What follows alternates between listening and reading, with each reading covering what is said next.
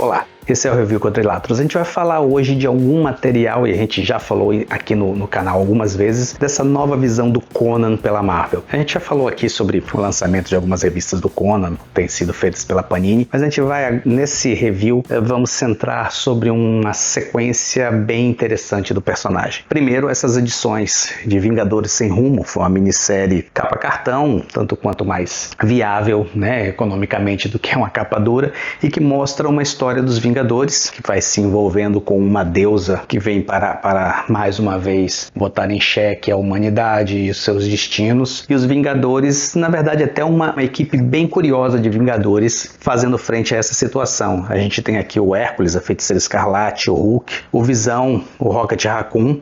É realmente digamos, uma combinação extremamente sui generis de personagens para essa história. E a história ela vai se desenrolando e no número 2, enquanto os Vingadores estão sendo, digamos, espalhados pelo tempo e espaço, aparece um personagem bem conhecido dos fãs de barbas ou fãs da literatura pulp, que é o Conan. E de todos os personagens possíveis do Conan interagir, e eu não vou estar dando spoiler já que está sendo mostrado na própria capa, nós teríamos exatamente a personagem que seria mais, digamos, proveitosa para um relacionamento do que uma feiticeira escarlate, bem, praticamente seminua.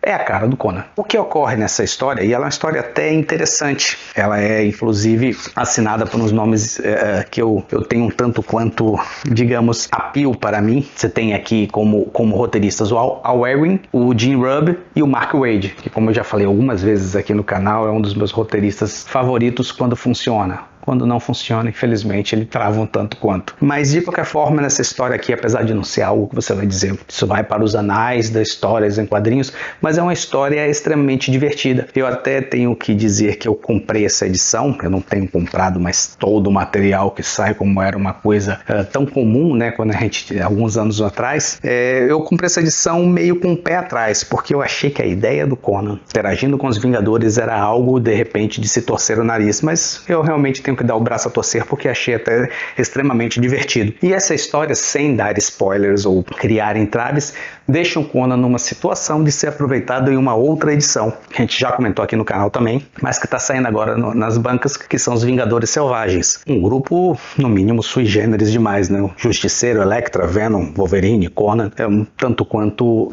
vamos dizer, visceral, né? Essa imagem aqui diz tudo, e é um outro material que eu achei que poderia ser realmente uma bomba clássica. Mas se você não levar muito a sério, não estiver muito querendo que esse personagem soe como as histórias originais do Robert L. Howard, ou as adaptações do Roy Thomas, você consegue se divertir bastante com essa história aqui. É extremamente interessante. Mas, como nem tudo são flores, uma das grandes fases do Conan, inclusive curiosamente do Robert L. Howard nos livros originais, é uma coisa um tanto quanto curta, é um conto que ele conhece o grande amor de sua vida, que é Belit, a rainha da Costa Negra, a pirata. No conto de Howard é uma coisa meio rápida, você vê eles se conhecerem e o final do relacionamento, um tempo de anos depois, comprimido num conto só. Você vê, digamos, o início e o fim da história dos dois. E quando isso foi adaptado pela Marvel anos atrás, Roy Thomas resolveu mostrar tudo o que teria acontecido naquele hiato dentro daquele conto, e foi uma das fases clássicas. Ela foi publicada aqui no Brasil na revista Espada Selvagem de Conan, apesar de que originalmente ela era colorida. Eles retiraram as cores para deixar dentro da revista, e é uma fase hoje cultuada por vários fãs, e essa coleção da Espada Selvagem de Conan encadernada aqui tem saído em bancas, quer dizer, nem em todos os lugares, já que aqui não tem chegado, mas essa fase da Espada Selvagem de Conan não tem essa fase do Conan com a Belit, exatamente porque ela não era originalmente da Espada Selvagem americana, ela veio da revista colorida do Conan, e essa personagem Belit sempre teve